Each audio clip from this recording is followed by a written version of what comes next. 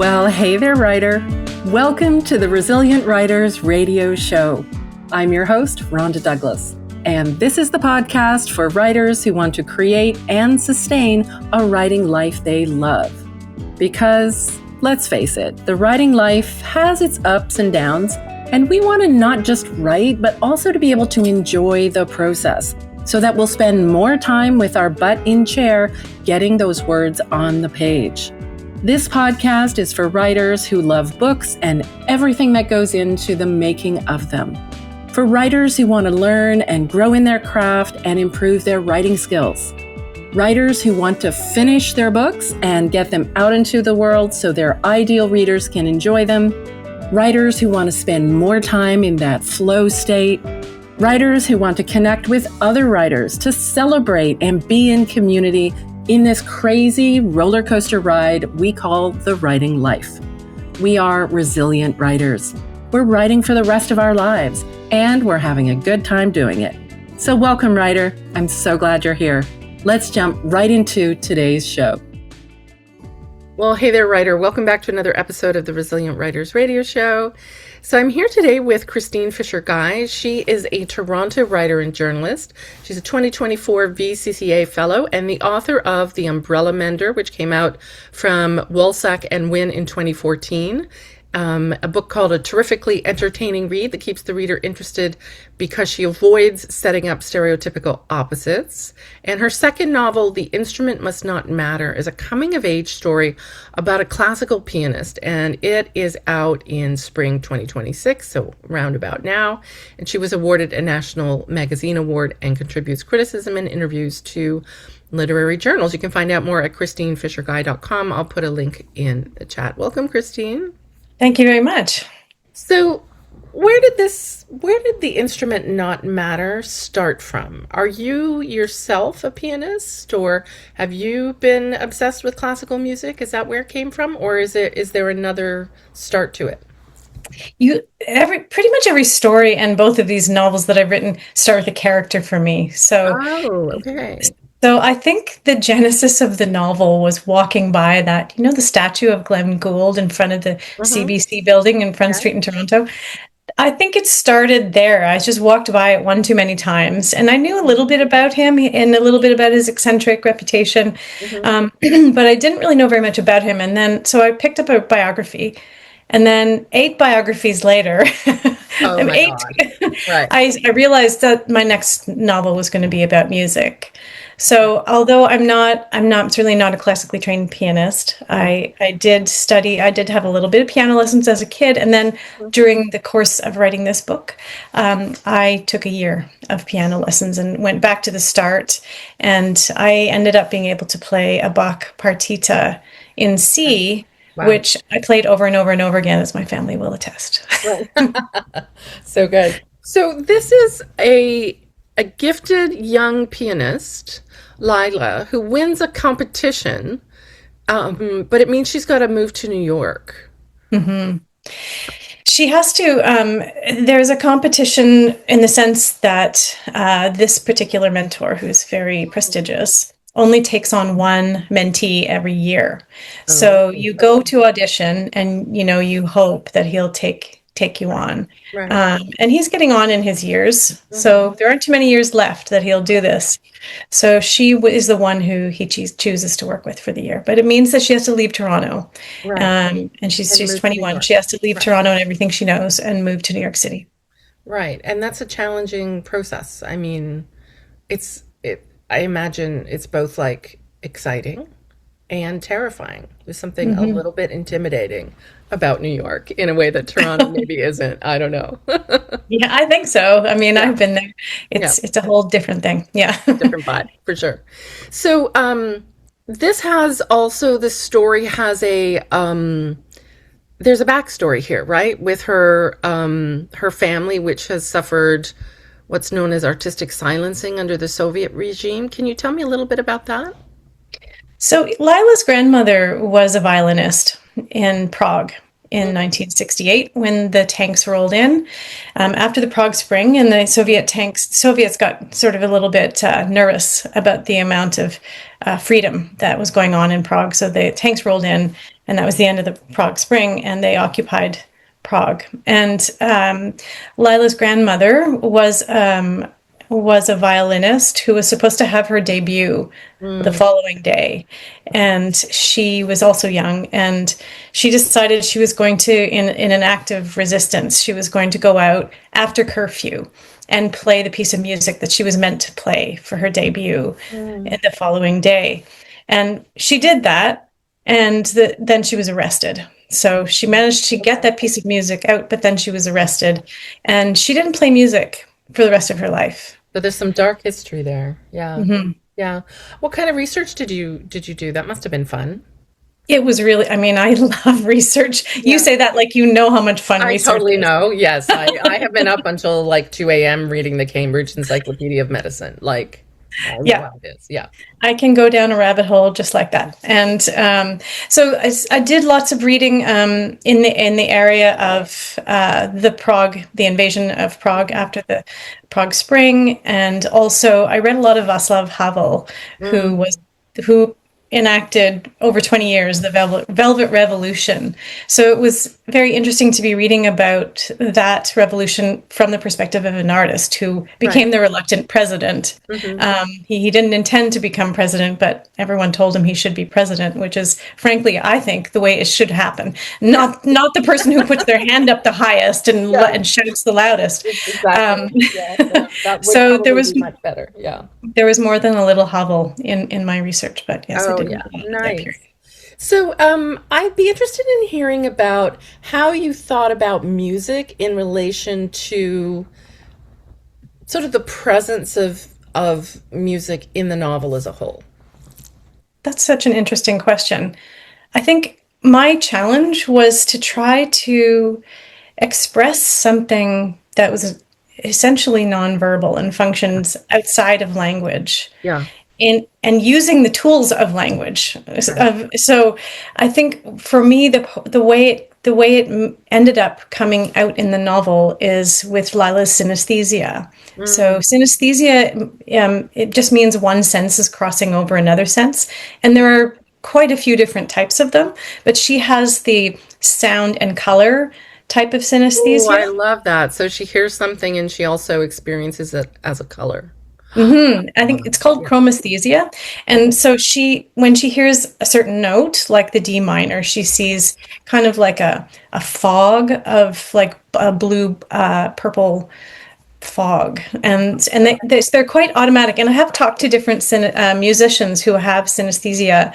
Some of them see it like a fog. Others see like actually like three-dimensional shapes coming kind of toward them. And it's interesting because the people the research around that I read around this question with people who discovered like that's how you're wired, you're born like that. And there's a moment where you find out, oh, everyone else doesn't experience the world this way. And so they kind of split into two categories. One is like, there's something seriously wrong with me. And the other category is like, sucks to be you, man. You don't get to have this because this is really great. I think I'd be in the latter category. It sounds amazing. I'd love to experience music in color. That would be amazing. Yeah. And there's a color text one. So like the people who have that one, they see individual letters of the alphabet always in the same color. So like there are dozens of different kinds of synesthesia. It's just one sense that kind of overlaps the other. Oh, wow. Love that. Can I ask you about your process for writing a novel? So are you the kind of person who like has a character and then just does a really quick draft and then does all the work in revision? Or are you someone who, writes 10 pages and reworks the 10 pages until you feel like those 10 pages are singing to you and then you move to the next 10 pages? What's your process? My first draft is always about discovery. So it's really the pace of the discovery really varies. But I'm not a writer that can make an outline. I like from the start. I make my outline later after I have a whole big messy shapeless draft. The energy for the first draft comes from me finding out what happens. That's what keeps me coming back. Like, what's going to happen now? And then there's a lot of revision, a lot of revision. So this is a novel that took 10 years, and it's it's partly because that's why my last one was 2014. It's partly because music. I mean, trying to write about music is like dancing about architecture. Many people say, but actually, I'd like to see a dance about architecture. So, so that was part of the challenge. But yeah, so it just it's messy and it's lengthy to do it the way I do it. But I have actually tried to write to an outline, and there's no energy there for me to work for you. Yeah, it doesn't work. I also do a discovery draft and then do an outline when I'm in revision, and I may end up with 2 or 3 outlines. I mean, who knows? I'm on revision 5 at the moment, so Oh wow. Yeah. So, how many revisions do you think do you count your revisions, or just not really? Well, there's large and small ones. I mean, really. So I think there were at least 10 revisions. Wow. Major big ones. And then, the incremental ones that you make. And when you open up your thing in the morning and go, oh, I think I want that comma over there. Right. Yeah. The fun of adding a comma in the morning and deleting it in the afternoon. So, what are some of the major revisions that this one went through? Like, when you think of like the big things that you had to do, what were the big revisions that you had to do for this? Well, I think the biggest one that I did was in the very first draft, the pianist was a man. Oh. And yeah. And then I can't remember exactly why it changed, but when it changed, that's when the story really took off for me. Okay, so you really connected with the idea of a young woman protagonist. Yeah, and women are extremely underrepresented in classical music, and right. So that brought a lot of different kinds of energy to the book as well.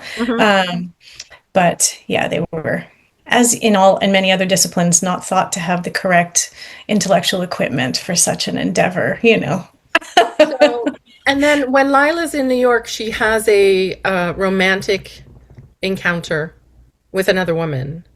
And how did you approach the romantic side of the novel? Because it's not a romance. It's a work of literary fiction, but it has a little bit of romance in there. So, was there ever a point where you thought, oh, this is getting too romancy?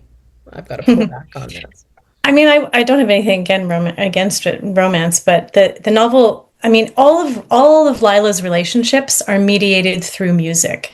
So if you look at all of her relationships, with probably the extension of her mother and her brother, I guess that's the exception of those two. All of her relationships are kind of extensions of the music. So she has two romantic encounters in the book, and they're both extensions of the music intersection between her and another person. So, she's not really a classic example of someone, trying to find their mate, or like trying to find a hot date for Saturday night. It's kind of she thinks of it like a coda, like a musical coda. Like, after the music, then there is this romance, like a little bit of romance. And then I'm going to get back to the music, because that's really the main relationship in my life is music, right? Is Lila. Yeah. I'd love to ask you about the title. The instrument must not matter. I can't make it land for me. The instrument must not matter. I think the instrument should matter. So help me understand that. So this is a piece of advice that Lila is given by one of her early teachers. Okay. So, and it's kind of, he intends it to be to stop her from being fussy about which piano she plays on. Okay. And not only the piano, but also lack of a piano, because Lila can play music in her mind, which is not unusual in classical musicians really? of a certain. Yeah, they practice in their minds, and there's actually, it's so interesting. There's some research that shows that the practice of closing your eyes and like thinking about your fingers on the keys and going through the notes. From your brain's perspective, it's the same as actually putting your hand. I heard that about sports. Yeah. So yes. It's I guess I can see it. Yeah. Yeah, one of the pianists that was very useful in like her memoir and her art, her artistry was very influential for me. Was Hélène Grimaud. She's a French pianist, and in her memoir, she talks about going outside to practice. She also has a kind of an affinity for wolves, and she has established this big wolf conservatory in upstate New York. She's French, but anyway, she lives in New York, and at night, she goes out, as one does, and lays on the ground, and all the wolves make a protective circle around her, and that's where she practices music a lot. It's like, it's just such a different kind of view On a on keyboard or the just with world her hands? in her mind. In her mind, with her. Oh my gosh. Wow. Yeah. Amazing. Yeah, so that's where the phrase originates. And I think it also, the instrument must not matter. It has a nice little double entendre too, right? Because the instrument must not matter. Right. Yeah. Right. So I think it was a title. We went through many titles, and my editor was strongly in favor of this one, and I eventually came to realize he was correct. Can I ask you about your publishing experience? You're with Woolsack and Wynne, and you were with them for your last novel as well. I'm a fan of that particular press. I got a lot of their books on my shelf here. Probably heavily weighted towards poetry, I would say. But what was your editorial experience like with them? For both books, I had really great, my favorite kind of editing, which is when when an editor says, that's not working right there, and I know you can fix it, rather than like rewriting it for me. Yeah. Don't rewrite it. Yeah. I mean, I've been a journalist for 35 years, and I have had my journalism rewritten, and I don't like it very much. I would rather have someone say, that's really not working right there, or there's a hole over here, and I just trust you to fix it. Go fix it. So that's kind of, I've had two different, Paul Vermeer edited the first book, and Jonathan Bennett edited the second, and they were both editors that trusted me to be able to solve whatever problems that were in there. And there always are problems, so you have to solve them, but yeah.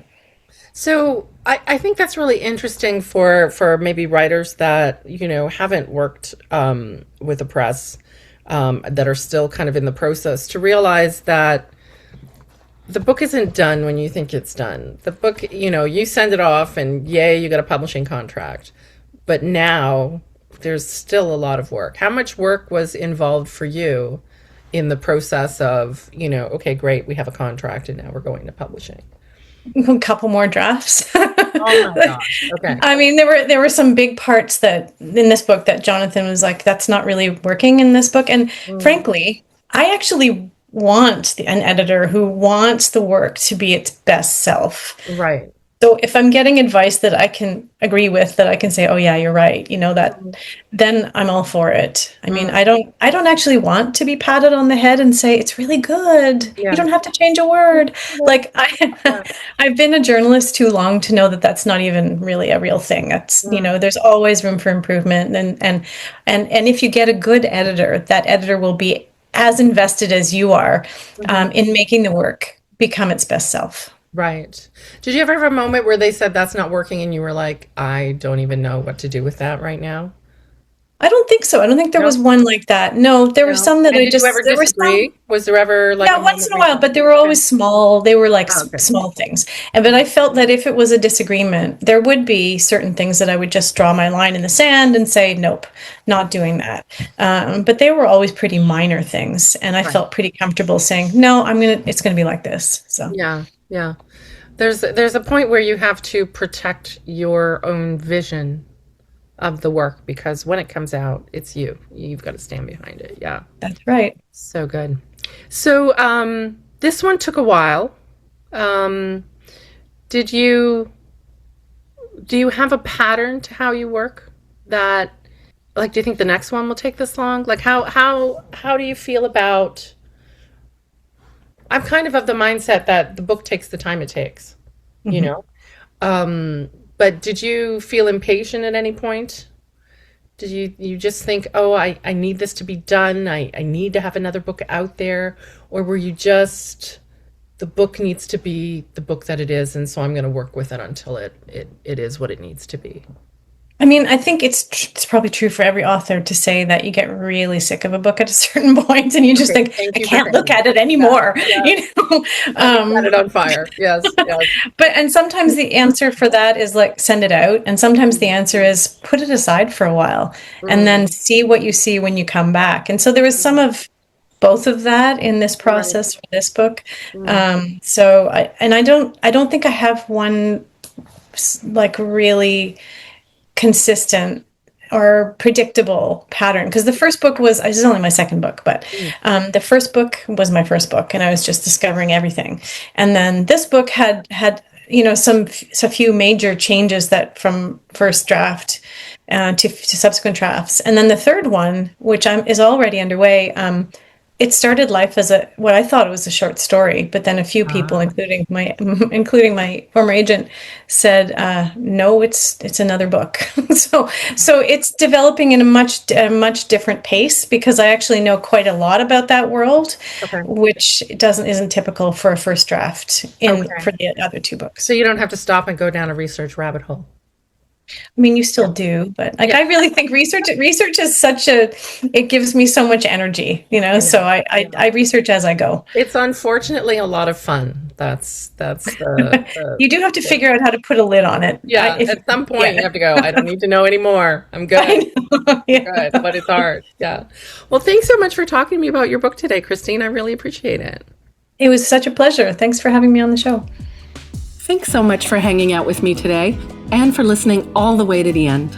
I hope you enjoyed today's episode of the Resilient Writers Radio Show. While you're here, I would really appreciate it if you'd consider leaving a rating and review of the show. You can do that in whatever app you're using to listen to the show right now, and it just takes a few minutes. Your ratings and reviews tell the podcast algorithm gods that yes, this is a great show. Definitely recommend it to other writers. And that will help us reach new listeners who might need a boost in their writing lives today as well. So please take a moment and leave a review. I'd really appreciate it, and I promise to read every single one. Thank you so much.